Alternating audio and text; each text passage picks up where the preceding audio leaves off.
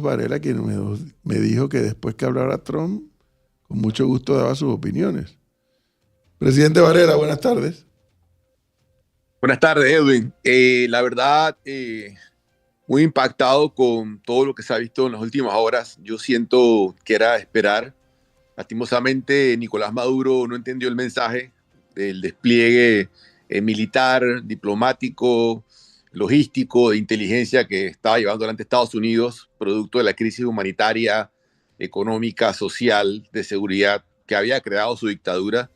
El mensaje que acabo de enviar proyecta una reunión en el 2017, cuando el presidente Trump me invita a 5 presidentes de América Latina, el presidente Santos, el presidente de Perú, el presidente de Brasil, la vicepresidenta argentina, a una cena en Nueva York. Para mi sorpresa, yo decía una cena en Nueva York, en Naciones Unidas, cuando hay 150 jefes de Estado para 5 jefes de Estado de América Latina.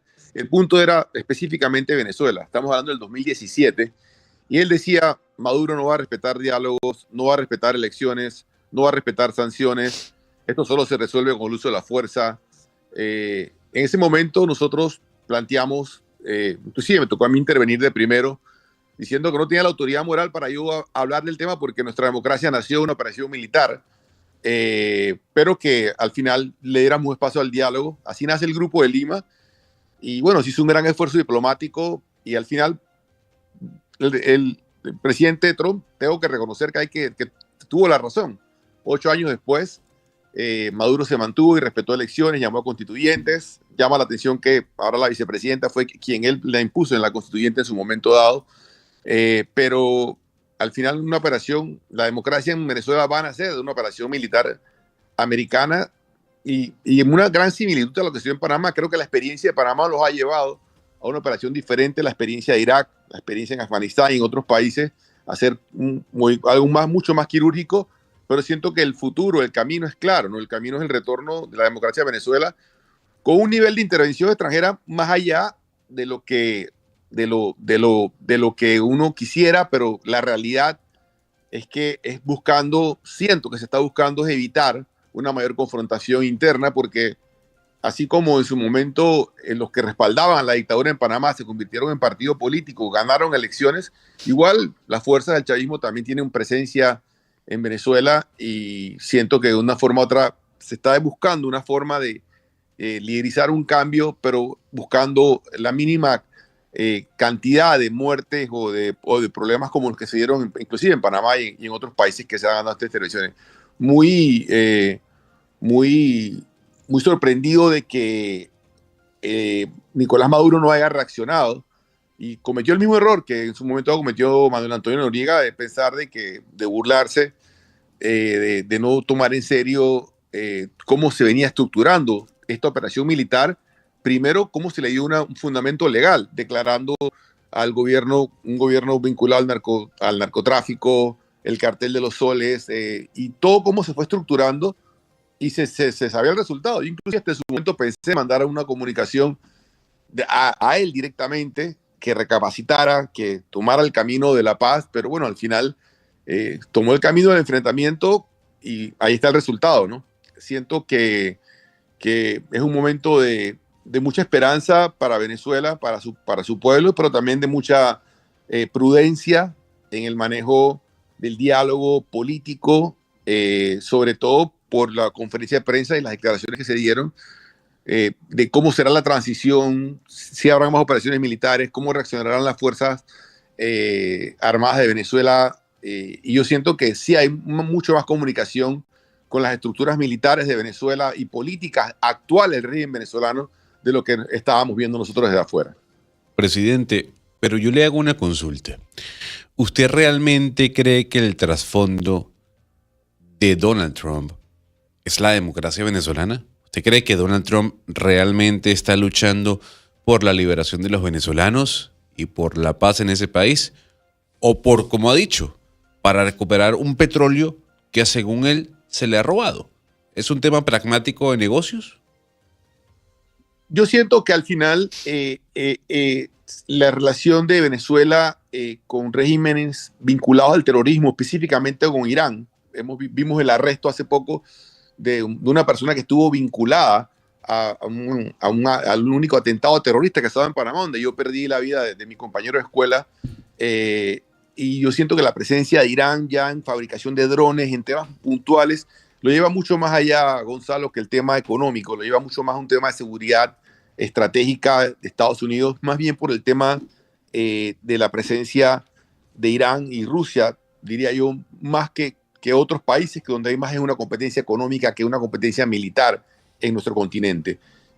Yo siento que al final el presidente Trump va a buscar restablecer la democracia en Venezuela y en el proceso, como una persona que viene más bien del mundo de negocios, lo va a buscar al costo mínimo para su país de vidas humanas y el costo económico. Si vemos en la conferencia de prensa, él de Venezuela pasó a las situaciones internas que ocasionaron la migración desordenada y la limpieza de las cárceles de Venezuela y la inseguridad de ciudades de Estados Unidos, producto de cómo Maduro manejó la situación migratoria hacia Estados Unidos. Entonces, creo que va mucho más allá solamente del tema económico, que sin duda alguna te reconozco que es parte, pero creo que va mucho más allá de un tema de valores democráticos, de libertades, y bueno, ya dependerá de la posición de Venezuela.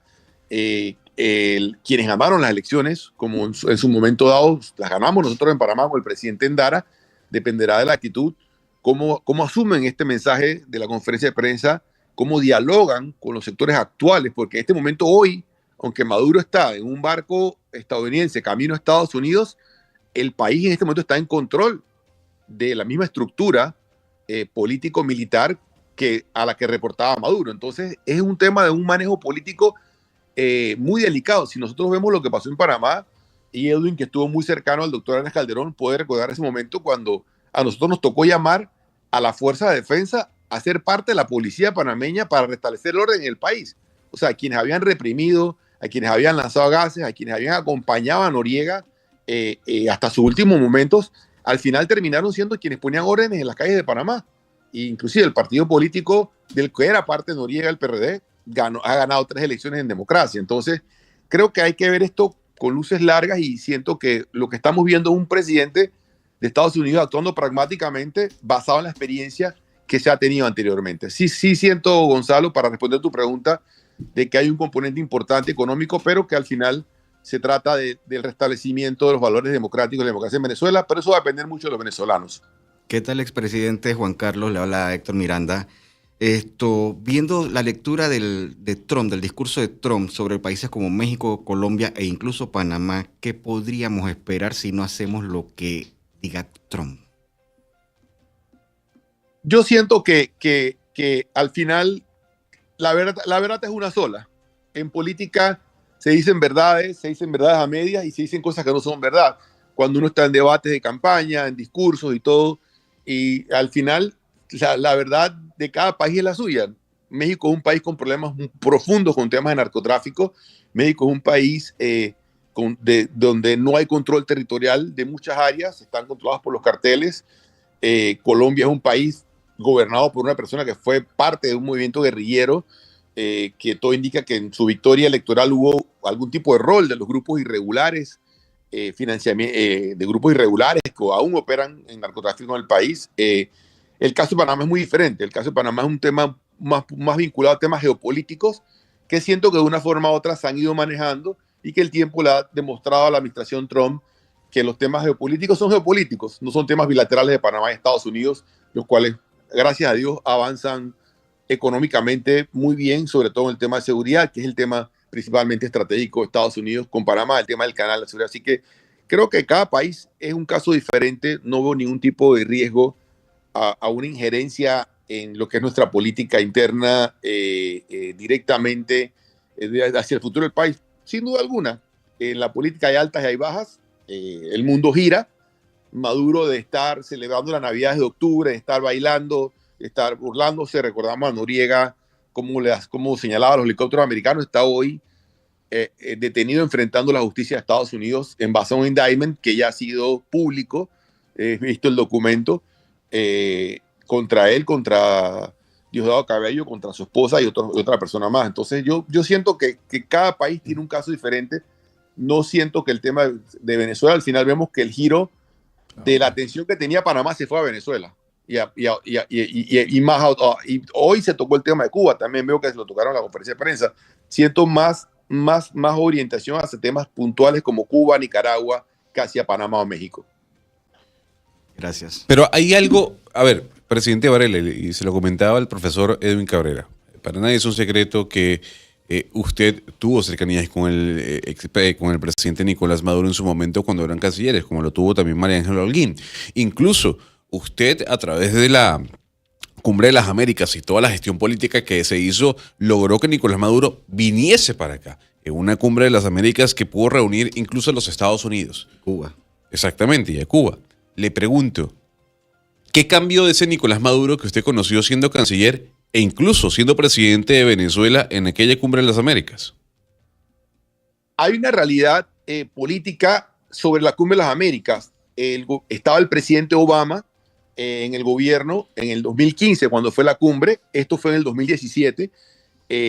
Siento que el presidente Obama buscó ese acercamiento con Venezuela, buscó el acercamiento con Cuba mismo, inclusive el presidente Obama fue a Cuba, por eso no solo Venezuela, hasta Cuba participó en la Cumbre de las Américas, pero al final eso era en base a compromisos de democracia, de no más presos políticos, apertura económica, apertura política, apertura de derechos humanos, que al final no se cumplieron, ni por parte del gobierno venezolano, ni por parte del gobierno cubano, ni por parte del gobierno de Nicaragua. Entonces siento que todo ha cambiado.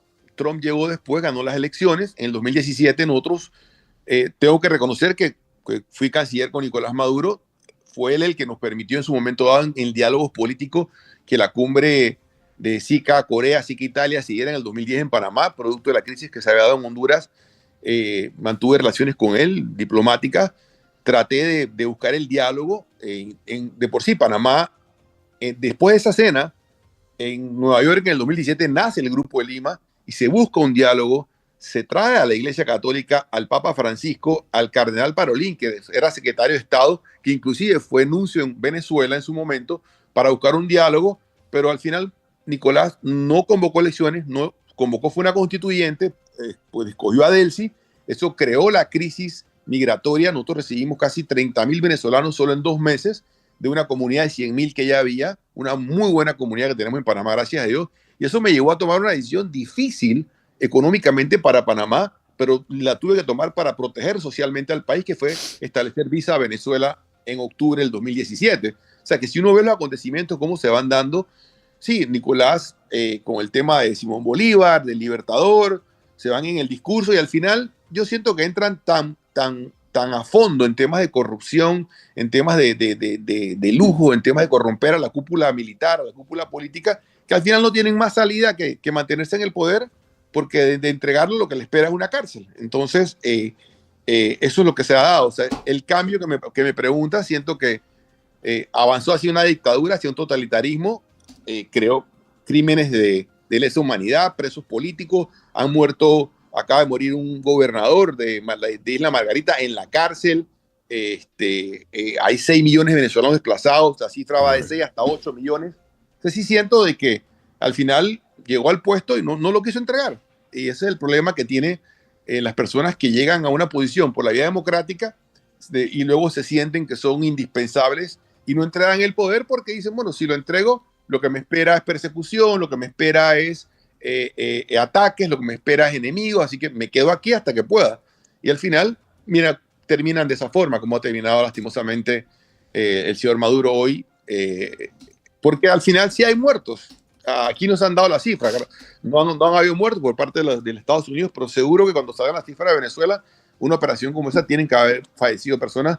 Nicolás Maduro, si se hubiera ido para Turquía, para Rusia, para Cuba, para Nicaragua, hubiera estado tranquilo con su esposa en este momento, y el país hubiera avanzado, porque al final vemos lo que ha hecho el presidente Trump, que están en diálogo con la vicepresidenta Delcy Rodríguez. Presidente Varela, muchas gracias por compartir sus opiniones y criterios de lo que está ocurriendo en Venezuela y en la región. Puerto no se queda en Venezuela, ya es un tema de la región. Muchas gracias, Gracias presidente. a ti, Edwin, a todo el panel de Panamá en Directo por permitirme compartir un poco de historia y de ver puntualmente dónde estamos. Lo más importante, y creo, es que al final la crisis humanitaria, social, de seguridad, económica de Venezuela va a terminar en una transición democrática que va a traer mejores días para todos los venezolanos y para la región. Esperemos que así sea, esperemos que así sea.